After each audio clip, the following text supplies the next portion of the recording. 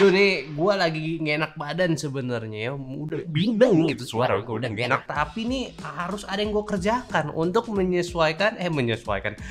permintaan kalian semua, yaitu buat nyobain si itel ini. Jadi ini dia adalah pembalasan dari itel dengan si Redmi 13C kemarin yang ngestandarin baru smartphone sejutaan buat 2024. Apakah itel P55 ini jauh lebih baik daripada Redmi 13C? Jawabannya iya, dan tentu tidak juga. Yang pasti, ekspektasi gue cukup sesuai plus statement gue sebelumnya buat si itel ini. Yang satu ini tuh nggak salah sebenarnya. Yang mana ini adalah HP casual 5G aja. Udah cukup gitu aja.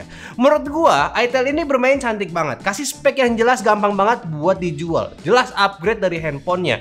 Terus di box handphonenya buat pajang di toko, bahkan buat jadi search engine e-commerce juga sejutaan fitur kayak begini. Ini sih gila banget. Ya jadi dia ini pakai Dimensity 6080 atau rebranding tag-nya si Dimensity 810 chipset 2 tahunan yang udah banyak di handphone-handphone lama yang saat rilis mungkin harganya 3 jutaan. Nah, ini harga launch-nya itu cuma 1,6 juta doang. 5G Dimensity 810.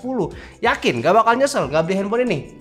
Anyway, line up P55 itu memang targetin buat kategori power. P itu power ya. Dan ini naik jauh dari Itel P40 dari Unisoc entry level 28 nanometer ke 6 nanometer di Dimensity ini. Jadi bisa expect performance gain yang super tinggi. Tampangnya juga tetap ngikutin tren frosted design dengan bahan plastik yang mungkin selera kebanyakan orang di 2023 akhir ini. Kamera BAM-nya yang mirip dengan handphone 3 jutaan sekarang pula, serta statement tulisan 5G di sebelahnya turut menguatkan kalau handphone ini bukan handphone jelek.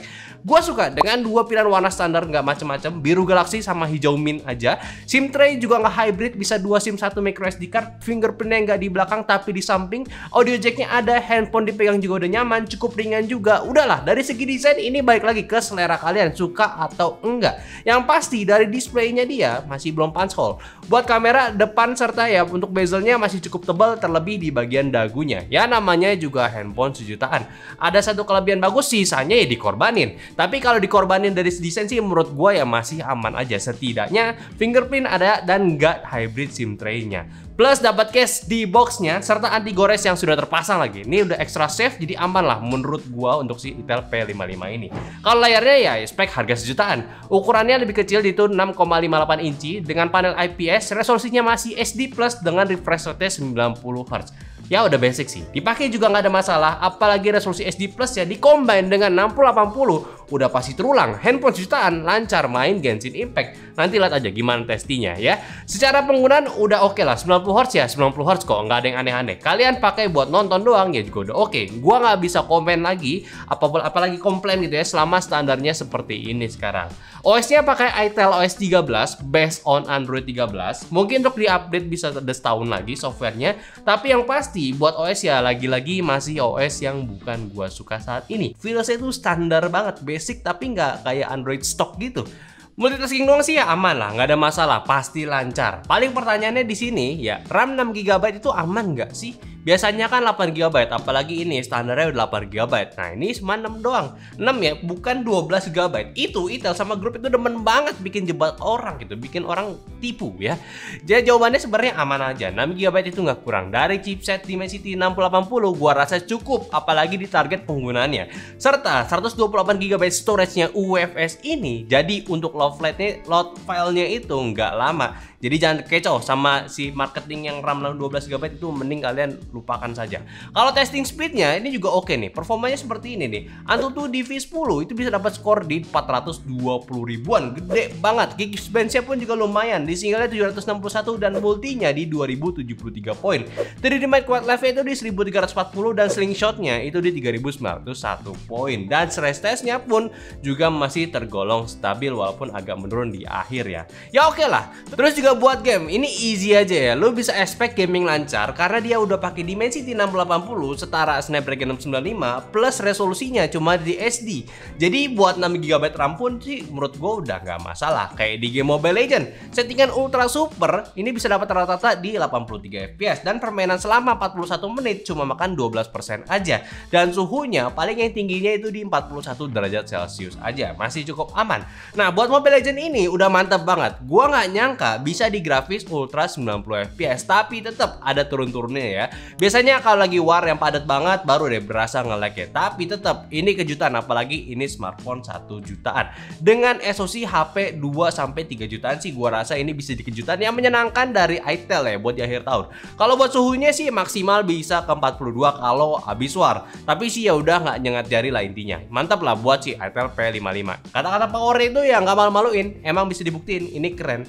Genshin Impact ya, kalau untuk di game yang kedua adalah settingan smooth high ya di 60 fps. Ya, rata-ratanya dapat 38 fps dan permainan selama 33 menit makan 11%. Dan suhunya sama lebih tinggi di 42 derajat Celcius, sama depan belakang maksud gua. Nah, buat Genshin Impact ini bikin lupa nih kalau kita lagi main di handphone sejutaan dan RAM 6 GB ternyata masih bisa buat Genshin. Tahu diri ya, kita tes di lowest 60 fps ya, nggak di high gitu. Dan gua rasa ini smartphone 1 jutaan yang paling serem buat Genshin Impact. Ya jelas dong, lo nggak bisa buat expect 60 rata sebenarnya ya. Tapi gue bisa bilang ini feelnya tuh mirip sama HP 3 jutaan di tahun ini. Gua rasa ini sih buat para wibu-wibu minim budget gitu ya, ini oke banget. Sebenarnya suhunya bisa sampai 43 juga. Tapi ini bakal cepet turun lagi ke 42. Dan apakah ini termasuk panas? Ya ini sih termasuknya udah cukup hangat ya. Selama nggak di 44 atau 45 sih ini masih aman lah untuk jari-jari kita main lama. Lanjut, kita bahas soal baterai. Ini spek sejutaan udah dapat di 5000 mAh dan pengecasan 80 watt. 18 watt maksud gua. Ya sebenarnya sih udah oke lah, udah standar juga, bisa dipakai seharian. Ngecas buat sekarang pun nggak cepet-cepet banget sebenarnya. Kalau konektivitas jelas ini 5G, nggak ada NFC, Wi-Fi-nya juga udah aman, Bluetooth-nya aman, speaker mono juga. Sensornya standar juga, essential handphone jutaan lah. Dan gyronya pun nggak ada. Mungkin bisa dikatakan virtual, tapi virtualnya sangat tidak responsif gitu ya. Sekarang kita bahas sedikit soal kameranya. Ini handphone masih pakai 2 kamera. Ya intinya, lu lihat aja sih 50 megapiksel ya. Terus kamera depannya dia punya 8 megapiksel doang. Nah, untuk hasilnya sebenarnya ini udah oke, standar handphone sejutaan. Tapi karena ini pakai chipset 5G maksud gua, chipset kelas yang lebih tinggi, Itel memungkinkan beberapa mode kamera di handphone ya. Bahkan videonya pun juga bisa di 2K cuy. Tapi ingat, ini chipset 3 jutaan di harga 1 jutaan ya. Karena dari hasil standarnya, secara auto sore hari menjelang malam, area gelap itu biasanya udah mulai minim detail. Tapi di Itel ini seperti biasa hasil Transient Group itu akan ningkatin sharpeningnya biar hasilnya itu terlihat tajam. Ya satu sisi bagus, tapi satu sisi tetap nggak natural. Secara dynamic range juga standar, area highlight juga overexposed. Setidaknya dari segi warna bisa kejaga aman. Intinya jangan foto-foto objek yang terlalu ramai aja. Kalau resolusi 50 megapikselnya juga ini raw banget ya, nggak banyak processing, bahkan nggak ada processingnya sama sekali. Memang nggak kelihatan ada sharpeningnya, tapi untuk objek jadi kelihatan kabur untuk detail-detailnya, bahkan objek ramai sekalipun jadi terlihat nyampur.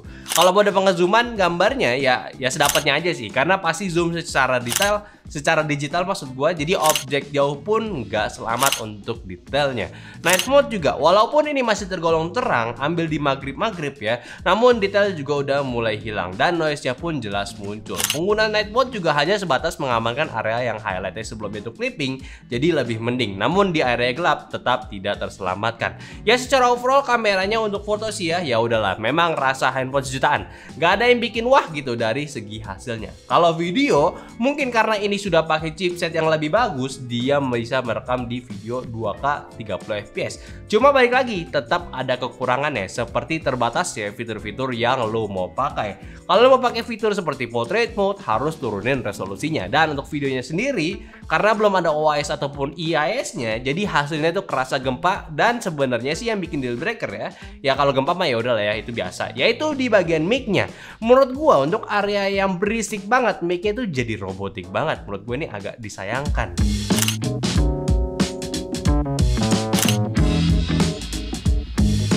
Oke, ini udah Itel P55, HP budget, super budget juga sih, lebih ke HP yang sebenarnya performansnya bagus banget, tapi ya udah pasti ada inilah, untuk jaga harga udah pasti ada potong-potong gitu. Nah, ini termasuk di mic. Ya ini mikrofonnya gue lihat sih masih di bawah kualitasnya sama Redmi 13 ya, menurut gue ya. Gue juga nggak tahu. Jadi tapi ya sudah lah gitu ya, dari sisa-sisanya. Nah ini gue baru ngerekam pakai 2K 30 fps.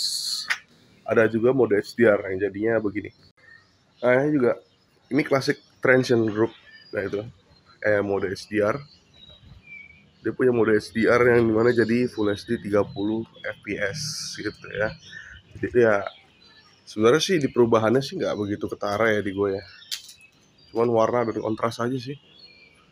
Kalau yang kemarin tuh biasanya daun-daun di sini nih kayak gini-gini tuh kalau biasanya nggak pakai HDR tuh langsung hilang. Nah kalau mode HDR kadang-kadang bisa ngangkat ya.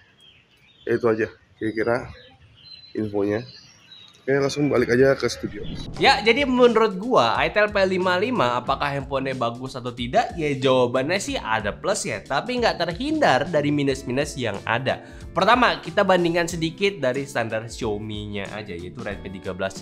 Sebenarnya ada hanya beberapa yang di checklist dari handphone. Pertama, kalau standar kamera makro sebenarnya dia nggak punya, tapi ya udahlah ya. Itu kan nggak penting juga, bahkan ya menarik ini bisa direkam resolusi 2K gitu. Terus RAM besar, otomatis buat ngehemat harga si Itel P55 mentokinnya cuma di 6GB aja nih RAM-nya.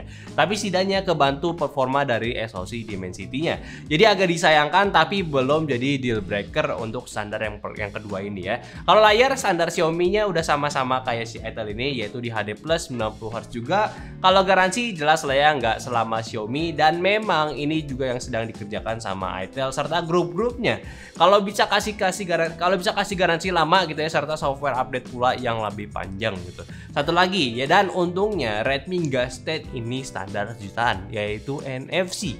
Handphone ini yang disayangkan itu ya sebenarnya masih belum ada NFC-nya. Yang sebenarnya itu jadi deal breaker di tahun 2023 ini. Apalagi kan nggak menutup kemungkinan kalau yang pakai ini sering commuting kayak driver atau ya karyawan yang suka keretaan. Biar bisa isi ulang uang elektronik gitu, biar lebih cepet kan, enak.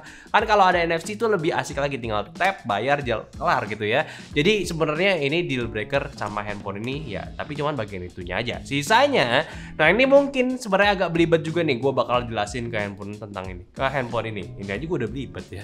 Jadi handphone itu selamat karena chipset yang digunainnya aja, yaitu si Dimensity 6080 atau si 810. Karena itu dia nggak bawa spek handphone yang oke, dari 5G, storage-nya UFS, kamera fitur oke, secara bawaannya Dimensity lah udah bagus gitu. Jadi ya kurangnya Itel P55 itu ya karena dibawa dari harga yang super murahnya aja. Kayak kamera fitur oke tapi sensornya biasa aja. Processingnya kurang gitu ya. SoC kencang namun RAM-nya nanggung. Tapi karena Dimensity udah pakai spek UFS, jadinya dia nggak pakai NFC lagi. Plus karena Dimensity itu nggak wajibin bisa pakai NFC, ya jadinya nggak hadir deh si Itel P55 ini dengan NFC-nya. Tapi bukan berarti ini jelek kok. Handphone ini bagus, main game bisa lancar juga ya, udah rekomend juga. Tapi bukan sebagai handphone gaming atau handphone yang punya kamera bagus. Ya handphone kasual 5G sejutaan aja lah yang oke bisa dipakai buat gaming sama kamera. Nah kayak gitu enak nyebutnya. Jadi sih antara Itel P55 sama Redmi 13C sih sebenarnya itu udah cukup setara lah sama handphone ya. Plus minus lah emang, kalau mau performa ya si Itel, kalau mau all-rounder kasual ya Redmi 13C. Bingung sih gua kalau mau diduelin sampai jeleknya itu kelihatan. Ujung-ujungnya bias doang gitu kalau dipaksa gua ngebahas kedua handphone ini. Ya lo tau lah, ini handphone bagus tapi eMMC. Ini handphone biasanya tapi udah UFS gitu kan. Berat gitu sebenarnya. Kalau menurut kalian gimana sama antara kedua handphone ini? Kalian mending Itel atau mending si Redmi? Coba komen aja. Mungkin itu aja dulu pembahasan gue dari Itel P55. Tolong bantu share video ini ke teman-teman kalian, dan tolong bantu juga kalau mau beli lewat link deskripsi biar kita dapat duit dari afiliasi kalian. Dan jangan lupa kasih pendapatnya tentang handphone ini, bagus tidaknya itu, atau mau diskusin bareng di kolom komentar, boleh banget. Dan follow semua sosial media kita yang ada di Instagram, TikTok, Facebook, Discord, yang semua linknya ada di deskripsi. Dan terakhir, oh iya bener, kalau lu beli lumayan, gue bisa beli obat dari afiliasi yang kalian beli gitu ya. Thank you lah gitu. Jadi sampai jumpa di video yang selanjutnya, bye bye.